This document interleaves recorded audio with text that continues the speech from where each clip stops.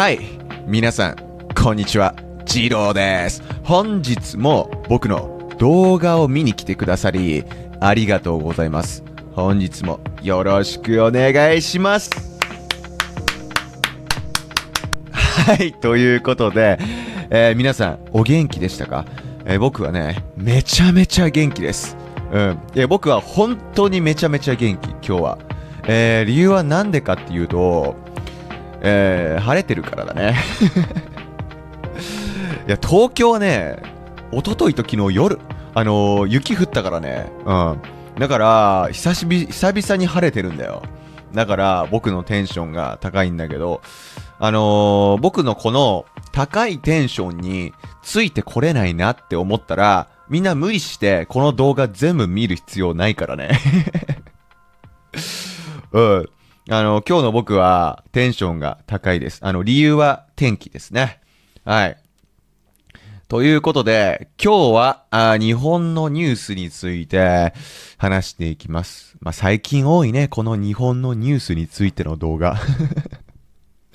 いや、最近こういうニュース動画ばかりアップロードしてるんだけど、みんな飽きてない？大丈夫？で、今日何について話すかと言いますと、実は日本では昨日ビッグイベントがありましたよ。そんな昨日の日本のビッグイベント、みんな知ってる？今日、2月9日だよね。で、2月8日の昨日に、日本でビッグイベントがありました。本当に大きなイベント。お祭りではないです。コンサートとかでもない。昨日はなんと、選挙がありました。昨日はね、衆議院議員選挙です。すごい政治的なビッグイベントがあったんだけど、もちろんね、私も昨日投票に行ってきました。はい。で、みんなね、日本の選挙について、知らないことたくさんあると思うから、今日はちゃんと僕がね、昨日行われた選挙がどういうものだったのか。あとはね、日本の選挙ってどういうものなのかっていうのを、みんなにお伝えしていきます。じゃあよろしくね。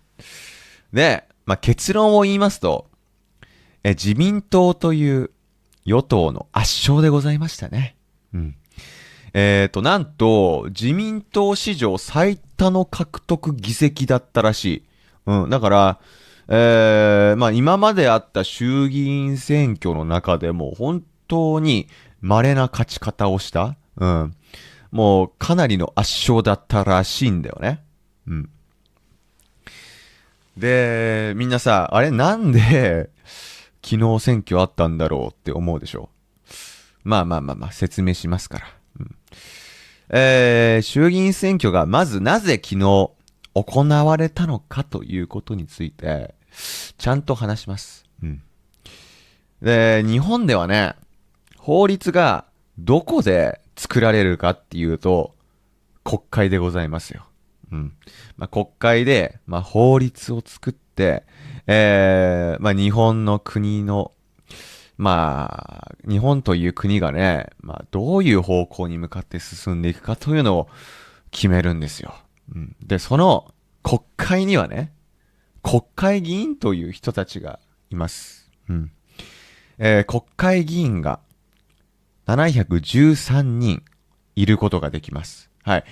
国会にはね、713議席あるんですよ。で、その713人のうち、どのくらいの人の割合が、その新しい法律の案に賛成したら、法律が出来上がりますよっていう、ルールがあるんだよね。だから法律を作るために、この国会という場所があるんだけど、この国会にはね、日本には、2つの種類の国会議員がいるんだよね。それ、みんな何か知ってる？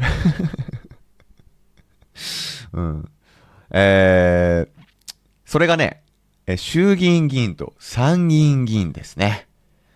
はい、難しい日本語だね。うん、まあすごい難しい日本語なんだけど、はい。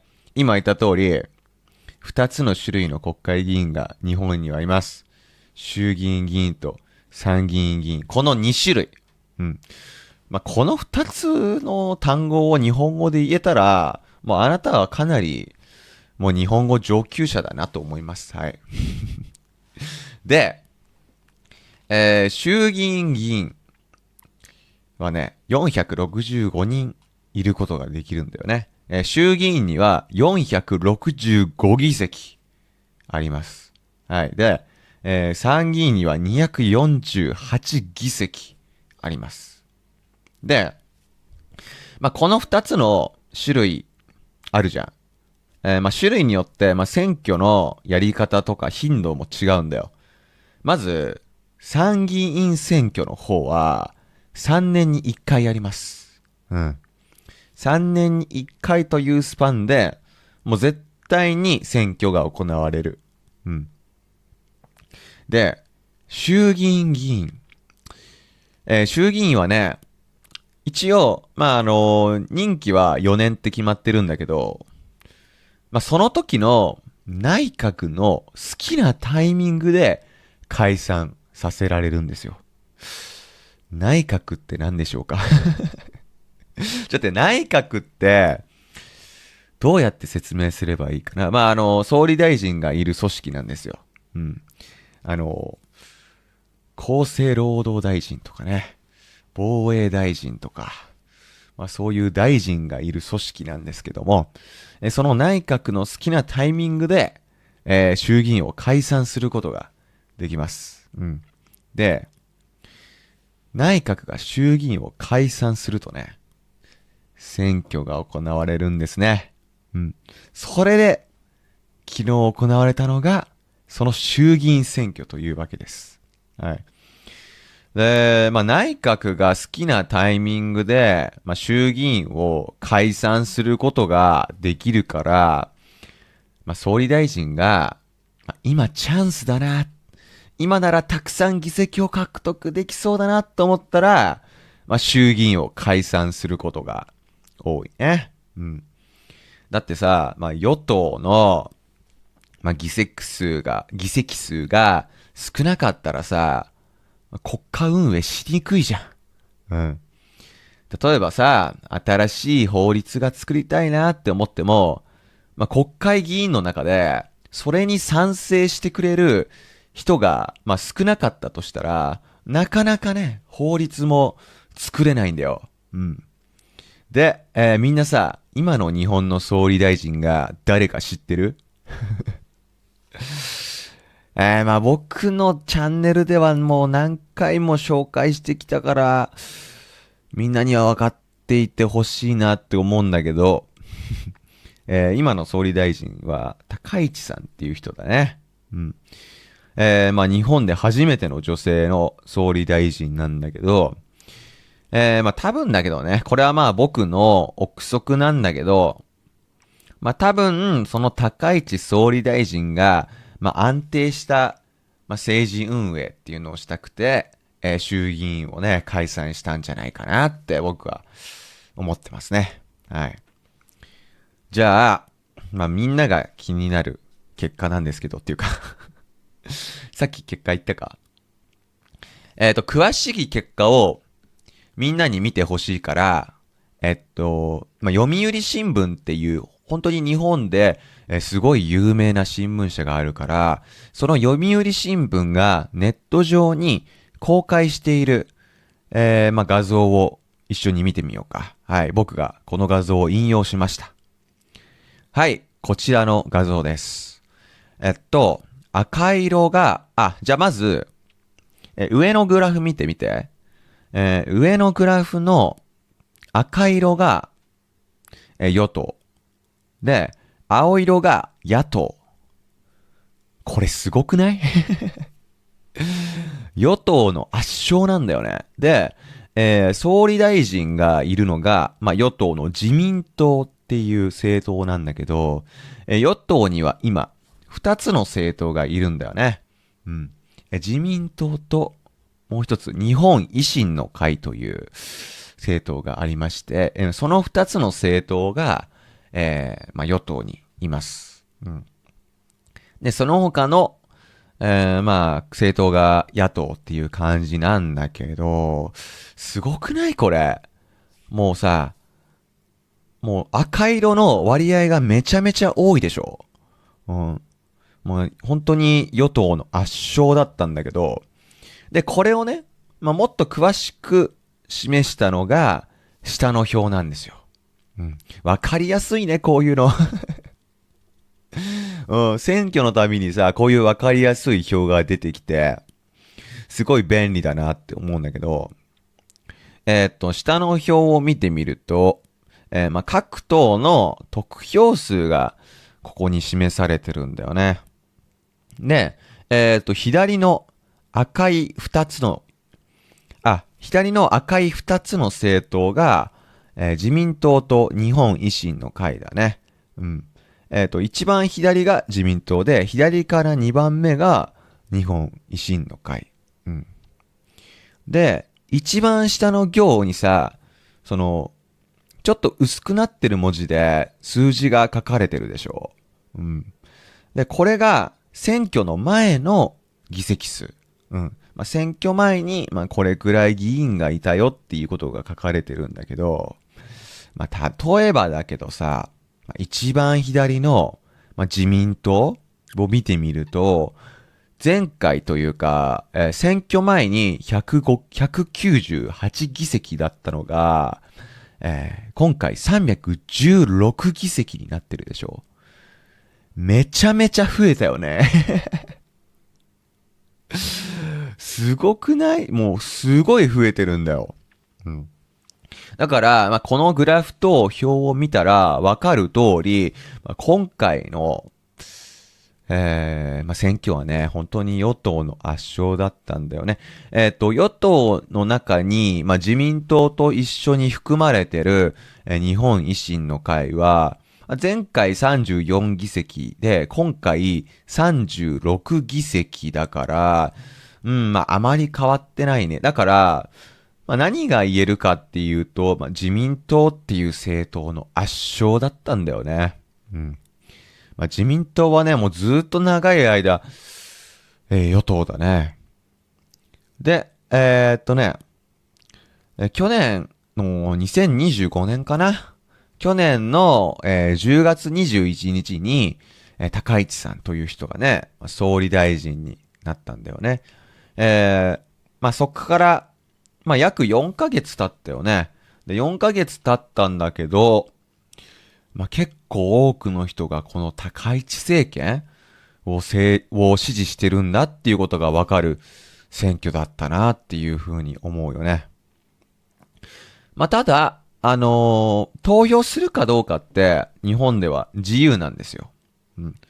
だから、もしかしたら、投票していない人たちもう全員投票してたとしたら、こんな結果じゃないと思うんじゃないかもしれない。うん。ただ、投票してない人たちは、そもそも、誰にも票を入れたくないとか、そういうふうに考えている人もいるかもしれないよね。あくまでも、投票した人の中のね、もう結構大多数がこの自民党っていう政党を支持しているっていうことが分かったね。うん。大多数って言うと言い過ぎか。結構多くの人が、自民党を支持しているっていうことが分かったね。で、投票するかしないかは日本では自由だよっていうことを話したんだけど、選挙の投票率だね。うん。選挙の投票率は、56.26% だったということで、だから、大体2人に1人以上は投票してるっていうことになるね。で、日本でどういう人がこの衆議院選挙で投票できるかっていうと、18歳以上の人です。うん、日本だと18歳から投票することができるようになるんだよね。で、みんなさ、僕何歳だと思う？うん。まあ僕はね、年齢非公表です。はい。皆さんに僕が何歳だっていうことは、まあ、いつになったら言おうかな。今のところね、みんなには僕の年齢っていうのを秘密にしてるんですけど、一応18歳以上なんですよ、僕は。なので僕には選挙権があるということで、行ってきましたよ、選挙に。うん。投票してきましたよ。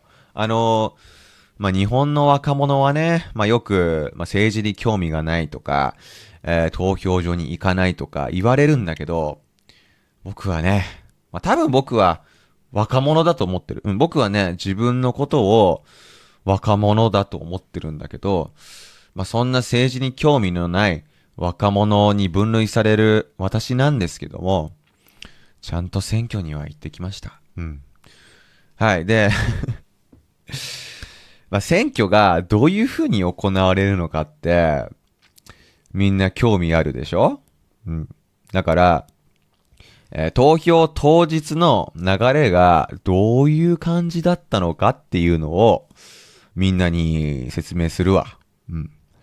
でね、まず、選挙の時期になるとね、その投票日の何日か前に家に封筒が届くんだよね。うん。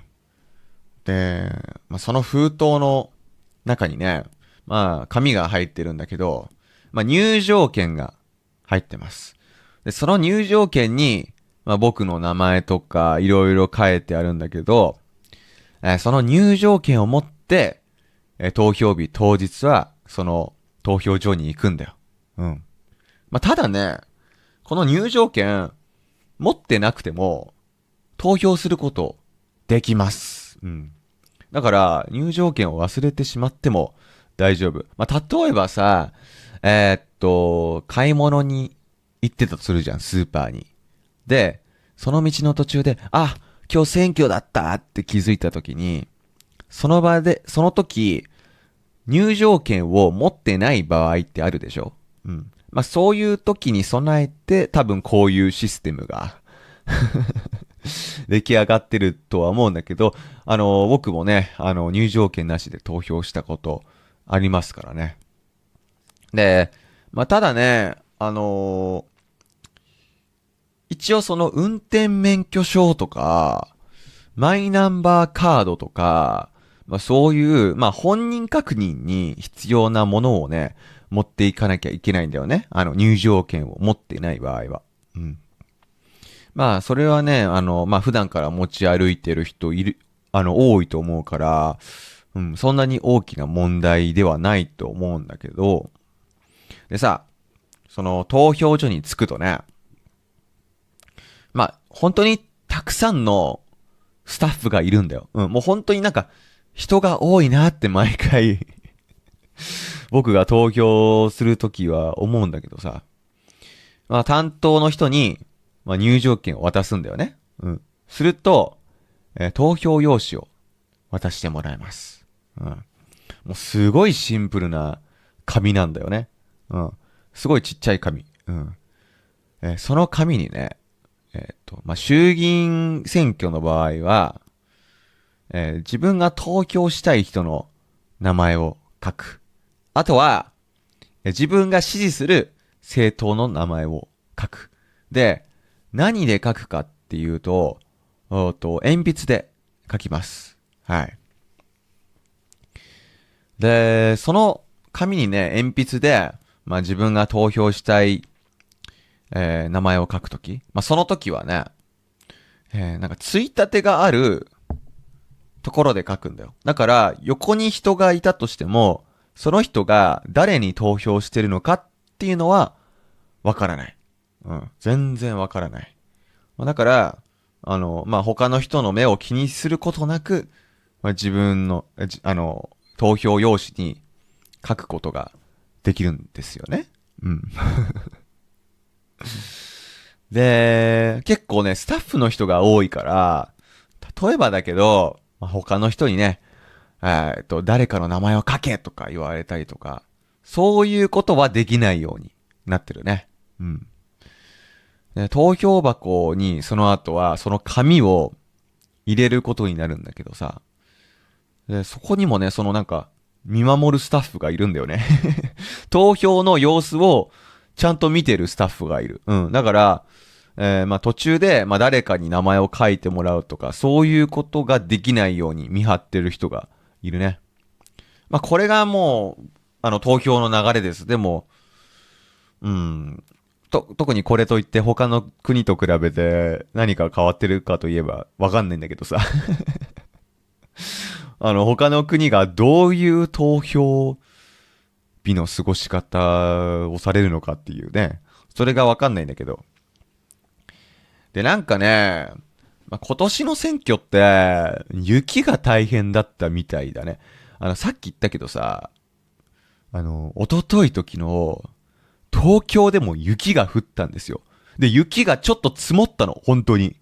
うん。で、東京で雪が積もるってめったにないことだからね。で、そんな日に選挙が行われたんですよ。寒かったな。マジで寒かった。うん。で、実際ね、僕も、家出たくなかったんだよね。寒すぎて投票なんか行ってる場合じゃないよとか、まあ思ってたんだけど、まあ行ったんだけどね、僕は結局投票に。で、なんと2月に投開票が行われる衆議院選挙が36年ぶりだったらしい。うん。うん、だから、久々の2月に行われた選挙っていうことなんだけど、まあ、だから昨日はめちゃめちゃ寒かった。うん。だけど、昨日しか投票できない日がないっていうわけではないんだよ。日本にはね、期日前投票という制度がございまして、投票日当日の前の1週間はね、まあ、指定の場所で投票することができるんですよ。だから、投票日当日に何か予定があるとか、まあそういう場合であってもね、それより前に投票することができるんだよね。うん。まあそんな感じです。日本の投票の流れというのはね。じゃあさ、もうなんで今回こんなに自民党が圧勝したのかということについてね、まあ、考えなきゃいけないなと思ってまして、まあ、僕は専門家じゃないのでわからない。というか、まあいろいろ要因ってあると思うし、ニュースでもね、なぜ自民党が大勝したのかみたいな話題はね、取り上げられたりするんだけど、まあ誰もわかんないよね、正直。うん。だって、まあ例えばね、何かの指標に連動してるとかなら、説明がつきやすいんだけど、そういうわけでもないからね。まあ本当に選挙って結果が出てみないとわからないしね。で、まあこれはね、結構いろんなメディアで言われてることなんだけど、まあ今のね、総理大臣の高市さんっていう人の人気が高いらしいんだよね。うん。で、僕は正直、友達とあまり政治の話をしないので、なんかどこの政党が人気だなとか、そういうのを正直感じるのって難しいんだよね。だから、そうよくわからない、正直。うん。でも、日本語のたくさんのニュース記事とかを見ていると、うん、まあ、高市総理という人がね、初めての女性の総理大臣になって、頑張って働いてるなっていう、そういう姿がね、うん、国民の心に刺さってるのかなって思うね。うん。まあ、個人的にはね、なんかまあ、高市さんの、まあ、政策とかいうよりも、まあ、頑張ってる姿みたいなのがね、まあ、国民の共感を呼んで人気になってるのかなっていうふうに思うね。うん。まあ、確かに、まあ、今までの総理大臣って、おじさんばっかだったからね。もうまあ、おじさんだよね、基本。日本の総理大臣って。うん。だから、やっぱ急に女性が総理大臣になったから、まあ確かに何か変わるんじゃないかっていう、まあそういう気持ちになるのはまあ理解できるよね。うん。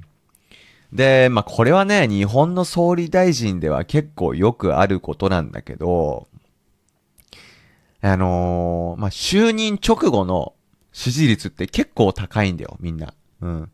だけどね、どんどんその支持率がなんか下がっていく傾向にあるんだよね。うん。だから、まあ、支持率が高い今のうちに、衆議院選挙をやっちゃいたかったんじゃないかなっていうふうに思います。はい。で、まあ、自民党が圧勝したということで、その影響がね、どんどん出てきておりますよ。はい。まあ一番何がわかりやすいかっていうと、株価の急上昇だよね。うん。だからね、まあ投資先として、株の割合が多い人にとっては、うん、今日は本当にいい日なんじゃないかなっていうふうに思うんだけど、東京にはちゃんとね、株式市場というものがあります。で、日経平均株価が初めて5万7千円、5万7千円を一時的に超えたらしいですね。うん。で、まあ、いろんなことが言われてるんだけど、まあ、株価が上がった理由としては、やっぱり自民党が勝ったことによって、まあ、日本の様々な政策が進めやすくなったって捉えられているのかなっていう感じだよね。うん。で、今言った日経平均株価って何なのかみんな知らないと思うから説明すると、まあ、簡単に言うと、日本の有名企業の、225銘柄の平均の株価のことを言います。はい。だからまあ全体的に日本の会社の株価が上がったということだよね。まあそれも急上昇したんだよね。うん。で、まあ、株価以外にも、まあ、様々な指標が動いたんだけど、日本の為替レートも、うん、進んだね。日本円とアメリカのドル、の為替レートなんだけど、円安が進んだみたいです。またかよっていう感じだよね。いや、正直、僕はね、個人的にあまり円安じゃない方がいいんじゃないかなっていうふうに思っている派だからさ。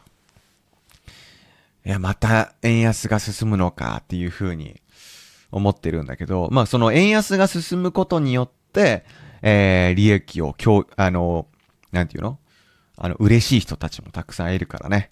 うん、まあ人によって円安を望むか望まないかって人それぞれだと思うんだけど、で、まあ、自民党が圧勝して、まあ、円安が進んだのはなんでかっていうと、まあ、これもね、諸説あるんだけど、まあ、そもそも、今の総理大臣高市さんが率いる高市政権は、政府がどんどんお金を使って、国の経済成長を促しましょうっていう、まあ、そういう考えを持っている政権なんだよね。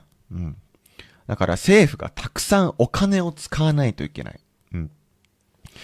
で、政府がお金をたくさん使うと、どうなるかっていうと、お金が足りなくなるね。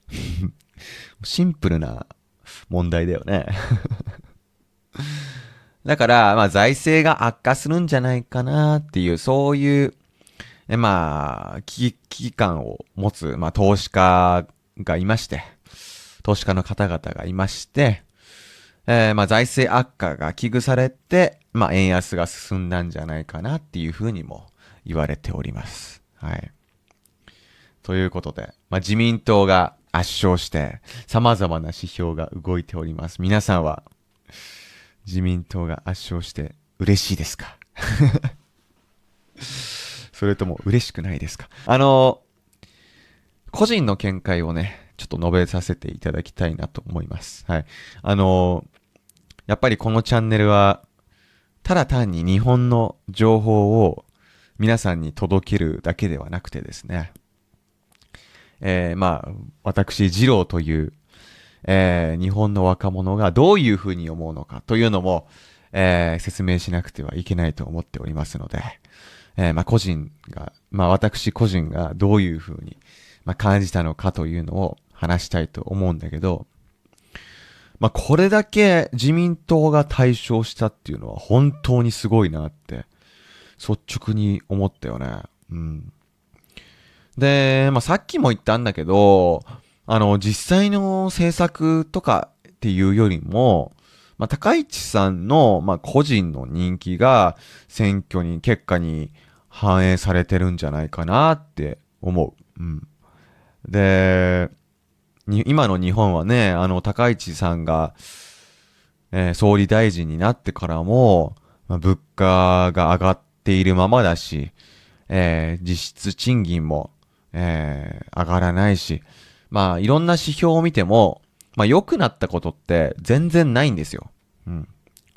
ただ、総理大臣になってまだね、4ヶ月しか経ってないし、今回も、この選挙で、大勝したということで、国民に選ばれてるっていうことだからね、選ばれたからにはね、頑張ってほしいなというふうに思っております。